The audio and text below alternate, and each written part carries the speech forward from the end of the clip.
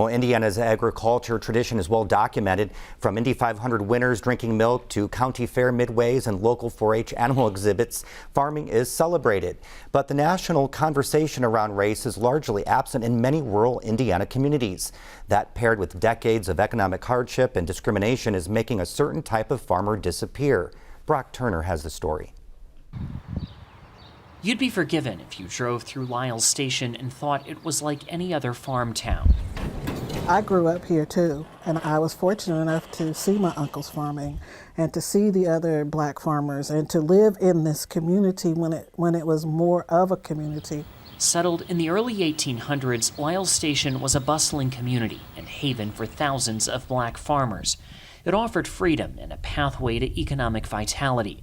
This land has been in the Greer family since before the Civil War, but over time, the community that once defined this place has eroded. It was a farming community. There were other gentlemen, at the end of the day, at the end of the weekend, to have fish fries and to sit back and they're happy because their crops are in, their crops are growing. That's what it's saying. And so I've been able to witness, not what Dad has, because when Dad was here, this was full black farming community. Denise and her father Norman are now almost exclusively surrounded by white farmers. We're kind of, landlocked, to where they've bought stuff all around us, or even the land that my dad lost to the USDA, and they bought it. So they're sitting there waiting for that opportunity to just get the rest, At 84, Norman has farmed this family land his entire life, but it's becoming more difficult. You don't see the black farm expanding, getting bigger. They're getting smaller. Smaller operators, regardless of race, are struggling as margins throughout agriculture shrink. The get big or get out mantra is what many live by. However, white farmers don't experience the racism many black and other farmers of color say is routine. Whether accessing credit, participating in government programs, or dealing with subtle racism in town while working with local vendors, many farmers of color say the problems are systemic. They point to a loan forgiveness program passed as part of coronavirus relief efforts earlier this year. In theory, the program would help, quote, socially disadvantaged, end quote, and minority farmers, but backlash from lenders and a ruling from a Wisconsin judge effectively stalled the program. Leading lenders say forgiving the loans could tighten liquidity and even have an adverse effect.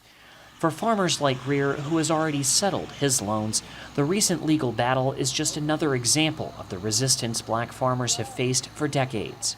They've all just about gone. There's nobody to relate to anymore. USDA Secretary Tom Vilsack admitted during an NPR All Things Considered interview earlier this year there was discrimination in the agency from 1970 through the 1990s. John Boyd, president of the National Black Farmers Association, agrees and says both parties are to blame. And I want to be real clear here. It took place on the watch of Republicans. It took place on the watch of Democrats. And it took place on the watch of the American people. Everybody's guilty here because we didn't step up and stop it. He admits he's disappointed with how the program has been rolled out, but believes this resistance is part of a bigger problem. 15 to 20-minute ride up the highway from any of those major cities is the real America. Rural America, where you see Trump paraphernalia flying alongside the Confederate flag, flying higher than the United States flag. There's a real division between white America now and black America, and even a bigger division between a black farmer and a white farmer. You can feel the tension. Back in Lyle's Station, all hope isn't lost. Greer's grandson, DeAnthony, is about to graduate with a degree from Tennessee State University in agribusiness. Before going to school, he envisioned leaving the farm, but seeing the struggle of his grandfather encouraged him to stay in the family business. While he's not sure he'll be getting into the John Deere tractor and planting soybeans, he knows the farm is home, and he believes that's something all farmers, white or black, can understand. Understand that we want to be out here too. We want the same things you do. We want to be able to carry on family legacies, family land, and be able to grow our own, like I said, legacies as well. So just take into consideration what we want and how we feel. For Indiana News Desk, I'm Brock Turner.